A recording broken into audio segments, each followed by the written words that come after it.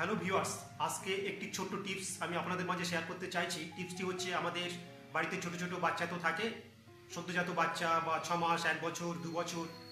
এই যে বাচ্চা, এদের যখন তখন বমি হয় বা বমি টেন্ডেন্সি একটা থাকে, নসিয়া ভমিটিং যেটা আমরা বলি, তো এটা আমরা কিছু মেডিসিনের মাধ্যমে কমাতে পারি। সেরকম দুটো মেডিসিন সম্পর্কে আমি আলোচনা করব। অবশ্যই ভিডিওটা স্কিপ না করে সম্পূর্ণ দেখতে থাকুন। তা প্রথমেই যে মেডিসিনটা বলবো সেটা হচ্ছে অনডেনসেট্রন। এটা কম্পোজিশন মেডিসিন।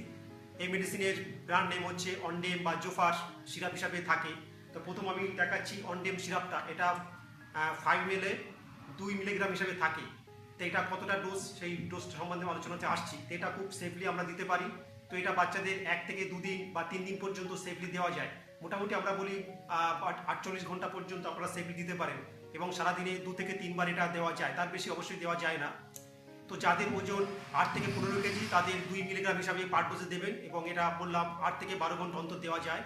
15 থেকে 30 কেজি ওজন যদি হয়, সেক্ষেত্রে 4 মিলিগ্রাম হিসাবে 8 থেকে 12 ঘন্টা অন্তর দেওয়া যায়। এবং ওজন যদি ওয়েট যদি 30 কেজির বেশি হয়, সেখানে 6 থেকে 8 মিলিগ্রাম পার ডোজে দেওয়া যায়, এবং সেটা 12 ঘন্টা অন্তর দিনে 2 বার দিতে পারেন। তারপরে আসছি age based dosing, OPD friendly, অর্থাৎ বয়স অনুযায়ী। 6 মাস থেকে 3 বছর যদি বয়স হয়, সেখানে 2 মিলিগ্রাম হিসাবে 8 থেকে 12 ঘন্টা অন্তর দেওয়া যায়। 4 থেকে 11 বছর যদি বয়স হয়, তাহলে 4 মিলিগ্রাম হিসাবে দেওয়া যায় 8 থেকে 12 ঘন্টা অন্তর। 12 বছরের উপর যদি বয়স হয়, সেক্ষেত্রে 8 মিলিগ্রাম 12 ঘন্টা অন্তর দেওয়া যায়। এরপরে আসবো ডোমপ্রিডন, অর্থাৎ ডোমেস্টল হিসাবে আমরা মার্কেটে অ্যাভেলেবেল কিছু ঔষধ আছে। এটা ড্রপ আছে, সিরাপও পাওয়া যায়। এখানে 10 মিলিগ্রাম পার এমএল, অর্থাৎ 20 ফোঁটায় 10 মিলিগ্রাম হিসাবে আছে।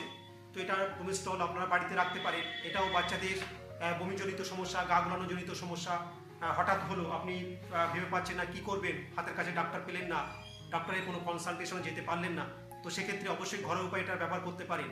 তো ডোমপ্রিডন প্র্যাকটিক্যাল পেডিয়াট্রিক ডোজ হচ্ছে, যদি 10 কেজির নিচে ওজন হয়, সেক্ষেত্রে 2.5 মিলিগ্রাম হিসাবে 8 ঘন্টা অন্তর দেওয়া যায়, অর্থাৎ সারাদিনে 3 বার দেওয়া যেতে পারে 8 ঘন্টা অন্তর।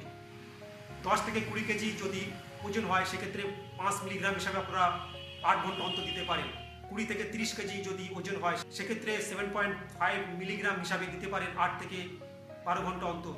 30 কেজির বেশি যদি ওজন হয়, সেক্ষেত্রে 10 মিলিগ্রাম পার ডোজে দিতে পারেন, এটা 8 ঘন্টা অন্তর 3 থেকে 4 দিন কিন্তু এটা দিতে পারেন। তারপরে যদি বমি না কমে, তারপরে যদি নসিয়া ভমিটিং চলতেই থাকে, অবশ্যই একজন ডক্টরের শরণাপন্ন হবেন, বা আপনাদের যে ফ্যামিলি ফিজিশিয়ান আছে তার সঙ্গে যোগাযোগ করবেন। আজকে এই পর্যন্তই। আজকে এই বিষয়ে যদি কোনো প্রশ্ন, কোনো কমেন্ট থাকে, অবশ্যই কমেন্ট বক্সে করবেন। ধন্যবাদ।